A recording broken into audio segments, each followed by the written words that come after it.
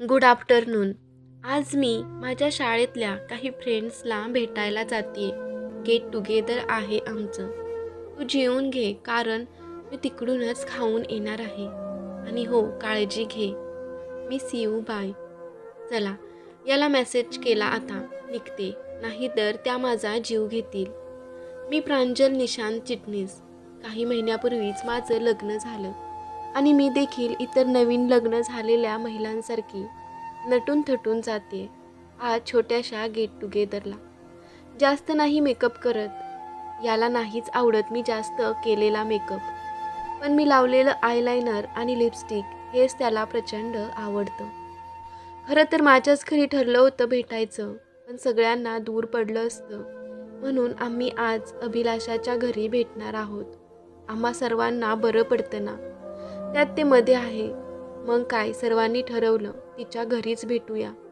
मी राहते ठाण्याला, ती घाटकोपर आणि बाकीच्या दोघी तर एकाच बिल्डिंगमध्ये दादरला राहतात. त्यामुळे आम्हाला घाटकोपर कसं मध्ये आहे ना, त्यामुळे जवळ पडतं. पण वाट मात्र माझी लागते. ट्रेनने जायला काही प्रॉब्लेम नाही होतो तो परत घरी यायला. किती ती गर्दी. नशीब याच्याकडे गाडी आहे, नाही तर माझं काय झालं असतं. हां, तशी मी आधी ट्रेनने प्रवास करायची कॉलेजमध्ये असताना, पण आता घरीच असते. त्यामुळे ट्रेनचा प्रवास कमीच झालाय. चला, पण आज शनिवार म्हणून मला जास्त गर्दी नाही मिळाली. नाहीतर ड्रेसची इस्त्रीही गेली असती आणि माझा भुतासारखा अवतार झाला असता तो वेगळा. असे विचार मनात आले की माझंच मला हसू येतं. आनंद म्हणजे काय माहीत आहे का? आनंद म्हणजे ट्रेनमध्ये विंडो सीट. त्यात हलका पाऊस येऊन गेलाय. मग काय छान थंड हवा माझ्या भुरभुरणाऱ्या केसांना उडवत आहे. आनंद घेत घेत पोहोचले बाबा एकदाचे घाटकोपर स्टेशनला. आता ॲटो आणि तिच्या घरी पाऊस येण्याआधी मी पोहोचते, नाहीतर सगळी भिजायचे. ॲटो. या घाटकोपरला ॲटोसाठी कितीही ओरडा, तुमचा जीव जाईल, पण एक ॲटो थांबणार नाही. पण नशिबाने एक थांबली. कुठे? ॲटोवाला विचारत होता की धमकी देत होता हे त्याचंच त्याला माहीत. मला पंतनगरला जायचं आहे. मी, बरं बसा, पण 50 रुपये होतील. ॲटोवाला, अहो एवढे? जवळच आहे ना, मग बघा ना 30 घ्या. ओ मॅडम, 50 देत असाल तर ठीक, नाही तर आत्ताच उतरा. ॲटोवाला, बरं ठीक आहे, 50 तर 50. मी तोंड बंद करून गप्पपणे ॲटोमध्ये बसले. खरं तर चालत जायचं होतं, पण उशीर होईल म्हणून ॲटो केली. तर हा ॲटोवाला नाटकीच निघाला. असो, पोचले बाबा एकदाचे. दारावरची बेल वाजवते. टिंग टॉंग. दरवाजा उघडला गेला. समोर अभिलाषा.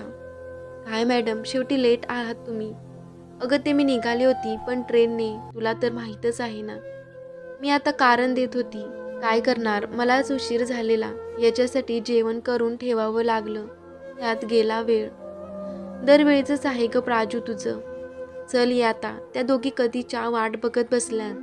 हो ग, बोलत मी घरात घुसली. अजून ओरडा होताच त्या दोघींचा. या या मिसेस चिटणीसबाई या. काय मग आज कोणतं नवीन कारण? मी ओशाळतच सोफ्यावर बसले. काय तुम्ही, मला बसू तरी द्या. लगेच काय प्रश्न? मी आली हा फ्रेश होऊन. पटकन पळत फ्रेश व्हायला गेले. नाहीतर आज माझी होती शाळा. काय आहे ना, खूप दिवसांनी भेटलो आम्ही. त्यात मीच नाचत असते घरी लवकर जायचं आहे, लवकर भेटूया, आणि मीच लेट पोहोचते. त्यामुळे ओरडाही मीच खाते. असो. काय आई, कशा आहात? या अभिलाषाच्या सासूबाई. प्रेमळ आहेत. वय झाले म्हणून जास्त बोलत नाहीत. हां, पण मी आले की माझी अखंड बडबड त्या ऐकत असतात. बिचाऱ्या. पण आज झोपण्याच्या तयारीत असल्याने मी हॉलमध्ये आले. गर्ल्स, आज आपण दरवेळीसारख्या स्वतःच्या लव्ह स्टोरी सांगायच्या हां. प्रियांका. खरं तर प्रांजल, आज तुझी बारी आहे हां. म्हणजे मागच्या वेळी माझी झाली. अभिची लव्ह मॅरेज आणि त्यात तिचा नवरा कोण आणि त्याची लव्ह स्टोरी आता अक्षरशः शिळी झाली. यावर सगळेच हसलो, अगदी अभिसुद्धा. नेक्स्ट टाईम आपण वृंदाची ऐकू. सो आजच्या गेट टुगेदरमध्ये तूच तुझी स्टोरी सांगायची. सर्वांनी माना हलवल्या. मग काय, माझ्याकडे काहीही ऑप्शन नसल्यासारखी मी बोलू लागले. मी घसा ठीक करत सुरू झाले. तर माझी ओळख झाली ती कॉलेजला असताना निशांत चिटणीस. 1 वर्ष सिनियर होता. नावासारखा शांत, पण फक्त बघणाऱ्यालाच वाटे पण मस्तीखोर मुलगा. वर्गात हुशार, बोलण्यात त्याचा हात धरणारा अजून जन्माला आलाच नाहीये असं नेहमी त्याचं वाक्य असायचं. मदत करणारा पण अकडू होता. माझी ओळख झाली ती कॅन्टीनमध्ये. मी दिलेली ऑर्डर हा घेऊन खात होता. मग काय, मी काय सोडते की काय त्याला. गेली आणि लागली भांडायला. ओ मिस्टर, हो तुम्हीच, मागे नका बघू, तुमच्याशी बोलतीये. तुम्ही जो वडा सांबार आत्ता चाटून पुसून खात आहात ना, तो माझा होता. मी त्याचे पैसे भरले होते आणि फक्त चहा घ्यायला गेली तर तुम्ही तो खात आहात. त्याने शेवटचा घास संपवला आणि मान वर केली. तुम्ही मला बोललात का? नाही हो, मी त्या मागच्या भिंतीशी बोलतीये. तो हसला आणि माझ्याजवळ येत त्याने मला वडा सांबारचे पैसे दिले आणि तो चक्क सॉरी न बोलता निघूनही गेला. किती खडूसपणा हा. मी ते पैसे घेतले आणि परत एक वडा सांबारची ऑर्डर दिली. ब्रेक संपला तशी वर्गात गेली. गप्पा मारत लेक्चर संपले. आम्ही निघालो, मी आणि माझी कॉलेज फ्रेंड हर्षल. मी मध्येच थांबली. बघते तर या सगळ्या हातातच तसंच ठेवून मन लावून माझं बोलणं ऐकत होत्या. मी थांबले तशा त्यांनी लगेच खुणवलं. काय? अरे ते एक बिस्किट घेत. बोलता बोलता भूक लागली आणि मी एक बिस्किट उचलून खाऊ लागले. त्या तिघी अशा बघत होत्या जसा की मलाच खाऊन टाकतील. मी लगेच तोंडातलं बिस्किट संपवत स्टोरी सुरू केली. तर एक दिवस असं झालं की मी आणि तो आम्ही लायब्ररीत एकाच पुस्तकासाठी भांडत होतो आणि भांडण एवढं वाढलं की आम्हा दोघांना 3 आठवड्यासाठी लायब्ररीत येण्यासाठी बंदी केली होती. तो गेला तशी मी पण माझे पाय आपटत निघून गेले. असेच दिवस जात होते आणि माझ्या एक्झाम जवळ आल्या. मला काही पुस्तकं लायब्ररीतून इश्यू करायची होती, पण बंदी असल्याने मी जाऊ देखील शकत नव्हते. माझ्या काही फ्रेंड्सने त्यांच्या अभ्यासासाठी आधीच पुस्तके इश्यू केली असल्याने मी कोणाकडे मदतही मागू शकत नव्हते. त्याच टेन्शनमध्ये मी क्लासरूममध्ये बसले होते.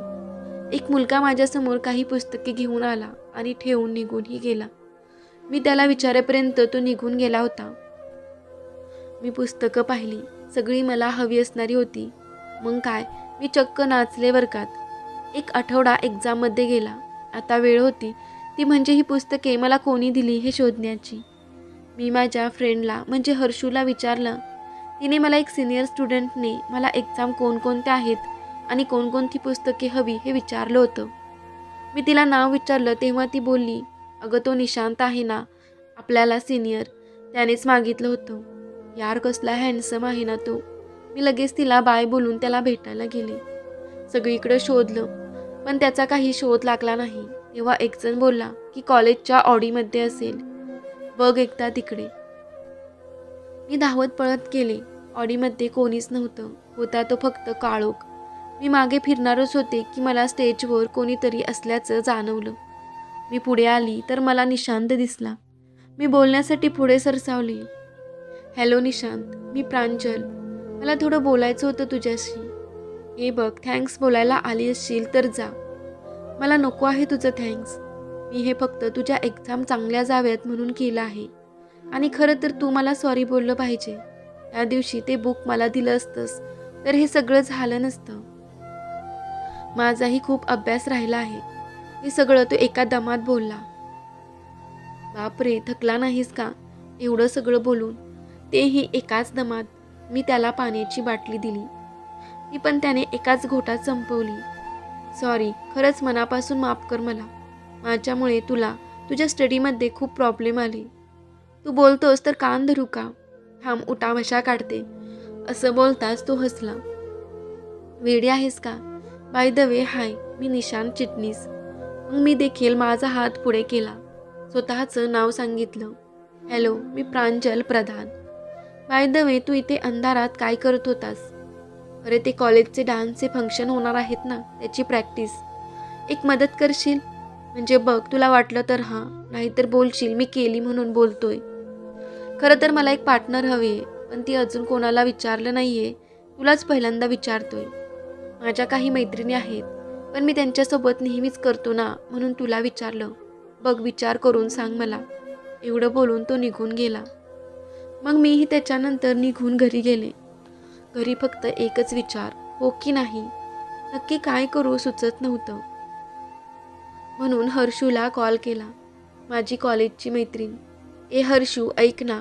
मग मी आज काय काय घडलं आणि त्याने मला डान्ससाठी विचारलं असं सगळं तिला सांगितलं. यार प्राजू, तू कसली लकी आहेस गं. त्याने तुला विचारलं, मी असते तर लगेच हो म्हटले असते. तुला माहीत आहे का, तो कॉलेजमधला सर्वात भारी डान्स करणारा मुलगा आहे. प्रिन्सिपल देखील नेहमी त्याचंच ऐकतात. कॉलेजच्या प्रत्येक स्पर्धेत तो असतो. तू नक्की हो बोल, नाहीतर मी त्याला जाऊन विचारेन. तुला माहीत आहे ना किती आवडतो तो, डे 1 पासून. मग इकडच्या तिकडच्या गोष्टी करून मी फोन कट केला. मी एकदा कॉलेजला जायला निघाले. भरपूर पाऊस होता, पण कॉलेजला जाणे गरजेचे होते. लेक्चर्स मिस करणं महागात पडलं असतं. मी ट्रेनने स्टेशनला पोहोचले. तिथून ॲटो करीन म्हणून थांबले होते की एक ॲटो माझ्यासमोर येऊन थांबली. मी पाहिलं तर आत निशांत होता. मला यायला सांगत होता तो. आधी मी नाही बोलले, पण एवढ्या पावसात परत ॲटोसाठी थांबणं मूर्खपणाचे ठरले असते. मग काय, बसले जाऊन त्याच्यासोबत. बाहेर पाऊस आणि त्या ॲटोमध्ये मी आणि तो. छान वातावरण होतं बाहेर. अचानक माझी नजर त्याच्यावर गेली. त्याचे ते भिजलेले केस डोळ्यावर येत होते. तो सारखे कंटाळून ते बाजूला करत होता. मला गंमत वाटली. निशांत, अरे रुमालने पुस ना. किती वेळ ते बाजूला करत राहणार आहेस? अरे मी विसरलो गो आज घाईत. मी रुमाल दिला. हा घे माझा रुमाल, पुसून घे. मी रुमाल पुढे केला आणि त्याने काहीही न बोलता तो घेतला. तो रुमाल बघून आधी हसला. मी विचारलं त्याला, रुमाल बघून हसण्यासारखं काय आहे? तो, अगं केवढासा आहे तो. माझा चेहराही पुसला जाणार नाही. पण राहू दे, आज घेतो चालवून. मी जरा तोंड वाकडं करतच बाहेर पाहिलं. किती हा खडूसपणा. खड्ड्याचे धक्के खात पोहोचलो आम्ही कॉलेजजवळ. खर्च अर्धा दिला, नाही तर परत काही बोलायचा. मी पैसे देऊन माझ्या क्लासरूममध्ये निघून गेली. मधल्या सुट्टीमध्ये त्याला भेटून होकार द्यायचं ठरवलं आणि त्याला शोधत निघाले. आज डायरेक्ट मी ऑडीमध्ये गेले तर निशांत डान्सची प्रॅक्टिस करत होता. मी जाताच तो थांबला. काय मॅडम, वाट चुकलात का? इकडे कुठे? अरे ते जात होते, म्हटलं जरा सर्कस बघून जाऊया म्हणून इकडे आले. यावर तो जोरजोरात हसला. मग मीही हसली. मग सॉरी बोलून आपण का आलोय हे सांगून टाकलं. निशांत, मी म्हणजे काल तू विचारलं होतंस ना, तेच सांगायला आले होते की मला तुझ्यासोबत डान्स करायला आवडेल. अरे वा, लगेच तयार? या आधी कधी केला आहेस का डान्स तो? हो, शाळेत होते तेव्हा करायची. लावणी, कोळीगीत यांच्यावर. कधी कधी आम्ही आदिवासी यांच्या पद्धतीने डान्स केलेत. ओ मॅडम, हा डान्स फॉर्म वेगळा आहे. साल्सा डान्स फॉर्म आहे, कपल डान्स आहे. जमेल का तुला? आता माझ्या इज्जतीचा सवाल होता. खरं तर नाहीच बोलणार होते, पण हा सर्वांसमोर काही बोलला तर म्हणून मी होकार दिला. हो, मी तयार आहे. यात काय, शिकेन मी. तू तयार आहेस का? अगं मी विचारलं. मग मी तर असणारच ना तयार. मग उद्यापासून रिहर्सल करूया. लवकर जमेल का यायला? लवकर येऊन करूया, म्हणजे आपल्याला आपली जागा मिळेल. काही दिवसांनी सगळेच ऑडीमध्ये प्रॅक्टिससाठी येतील. तोपर्यंत आपला अर्धा तास तरी बसलेला असेल. मग आपण तो कुठेही करू शकतो. त्यात तुला हा फॉर्म नवीन असल्याने शिकायलाही वेळ लागेल ना. सो उद्यापासून सकाळी 10ला ऑडीमध्ये तू मला हजर हवी आहेस. नाही तर मला दुसरा पार्टनर बघावा लागेल. असं बोलून तो क्लाससाठी निघून गेला. मग मी देखील निघाले. हर्षू आणि मी क्लासमध्ये बसलो होतो. ए प्राजू, तू बोललीस का गं हो त्याला? की मीच जाऊन विचारू त्याला? मॅडम, मी आजच त्याला हो सांगितलं आहे. साल्सा फॉर्म आहे की ते कपल की काय तो? आज जाऊन त्याची माहिती काढते. पण जर नाही बोलले असते तर माझं इम्प्रेशन वाईट पडलं असतं, म्हणून मी होकार दिला. उद्यापासून रिहर्सल ठेवली, ती देखील 10 वाजता. शार्प 10ला यायला सांगितलं आहे खडूस महाराजांनी. त्याला खडूस नको ना बोलूस. कसला भारी आहे यार तो. राजू यार, तू कसली लकी आहेस. साल्सा डान्स, तोही त्या हँडसम बॉय सोबत. गप ग, काहीही असतं तुझं. किती खडूस आहे तो. जाऊ दे, उद्यापासून त्यालाच बघायचं आहे. यावर मलाच हसू आलं. लेक्चर संपवून आम्ही घरी जायला निघालो. आज मला लवकर जाऊन सगळं आटपून लवकर झोपायचं होतं, नाही तर सकाळी उठायला झालं नसतं. मी घरी जाताच जरा आईला मदत केली. जेवण जेवून आम्ही झोपलो, म्हणजे मीच कधी नव्हे लवकर झोपले. घड्याळातल्या अलार्मने सकाळची जाणीव करून दिली, पण आईच्या हाकेशिवाय माझी काही सकाळ व्हायची नाही. काही वेळाने ती देखील आली आणि मी बेडसोबत काही वेळेसाठी ब्रेकअप केला. फ्रेश होत नाश्त्यासाठी किचनमध्ये आले, तर आई चहा बिस्किट पुढे करत विचारती झाली, काय मॅडम, आज लवकर उठलात? कुठे निघालीस एवढ्या लवकर? अगं आई, तुला सांगणारच होते. मी कॉलेजमध्ये एका डान्स कॉम्पिटिशनमध्ये भाग घेतला आहे आणि त्यासाठी रोज 10 वाजता कॉलेजमध्ये जावं लागणार आहे. मी आईकडून चहा बिस्किट घेत म्हटलं, ठीक आहे जा, पण अभ्यासाकडे दुर्लक्ष झाले नाही पाहिजे, नाहीतर मला बाबांना सांगावं लागेल. आई, हो ग आई, तू टेन्शन नको घेऊस. अभ्यास होत राहील ग. हे काही रोज असणार आहे का? मी नाश्ता संपवत आईकडे पाहिलं. चल येते मी, बाय. आईचा निरोप घेऊन मी कॉलेजसाठी निघाले.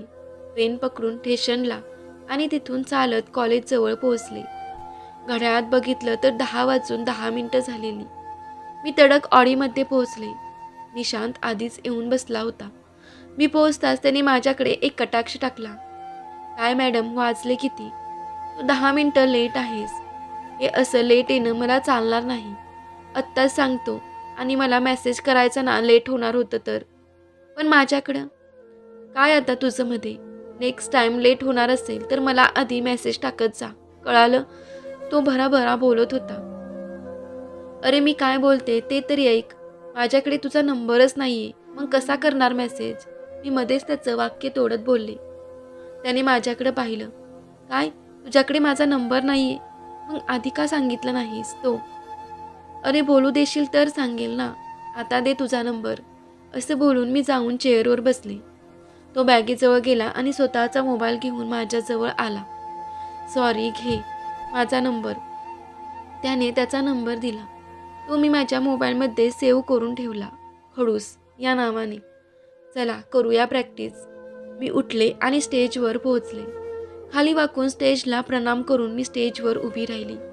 हे सगळं तो बघत होता. मी स्टेजवर पोहोचताच त्याने मला कन्सेप्टबद्दल सांगितलं. हे बघ प्रांजल, हा कपल डान्स आहे, त्यामुळे जरा जवळीकपणा वाढेल. काही स्टेप वेगळ्या असतील, त्यात मी तुला उचलेन वगैरे, तर तुला चालेल का? काही प्रॉब्लेम असेल तर आत्ताच सांग, म्हणजे मी माझा पार्टनर बदलेन. नाही तर तुला शिकवेन. नाही तर तू नंतर बोलायचीस. सो आत्ताच सांग, जमेल का तुला? मी 10 मिनिटे विचार करून होकार दिला. वेगळा फॉर्म शिकायला मिळणार. त्यात निशांतने स्वतः सांगितलं की त्यात जवळीकपणा वाढेल, म्हणजे त्याला वाटलं सांगावंसं. तर त्याचा वाईट हेतू असता तर त्याने का सांगितलं असतं नाही? या सर्वांचा विचार करून मी त्याला होकार दिला पाहिजे. निशांत, माझा होकार आहे. आपण कधीपासून सुरुवात करूया? मी रेडी आहे. आजच सुरू करू. आणि मी स्टेजवर निघून गेली. तो फक्त बघत राहिला. मग तो देखील स्टेजवर आला. आपण ना गाणं सुरू झाल्यावर एंट्री घेऊ, ठीक आहे? मी एक सॉन्ग सिलेक्ट केलं आहे, नंतर ऐकवतो. आता आपण जरा ठरवून घेऊया. त्याची बडबड चालू होती. त्याच्या चेहऱ्यावर उत्सुकता ओसांडून वाहत होती. कदाचित त्याला डान्स आवडत असेल. बाहेर भेटलेला निशांत आणि आत्ताचा हा निशांत किती वेगळा आहे, असं मलाच माझं वाटून गेलं. तर मित्रांनो, आत्तापर्यंतची कथा कशी वाटली कमेंट करून नक्की कळवा. आणि पुढचा भाग पाहण्यासाठी आपल्या चॅनेलला सबस्क्राईब करा. धन्यवाद.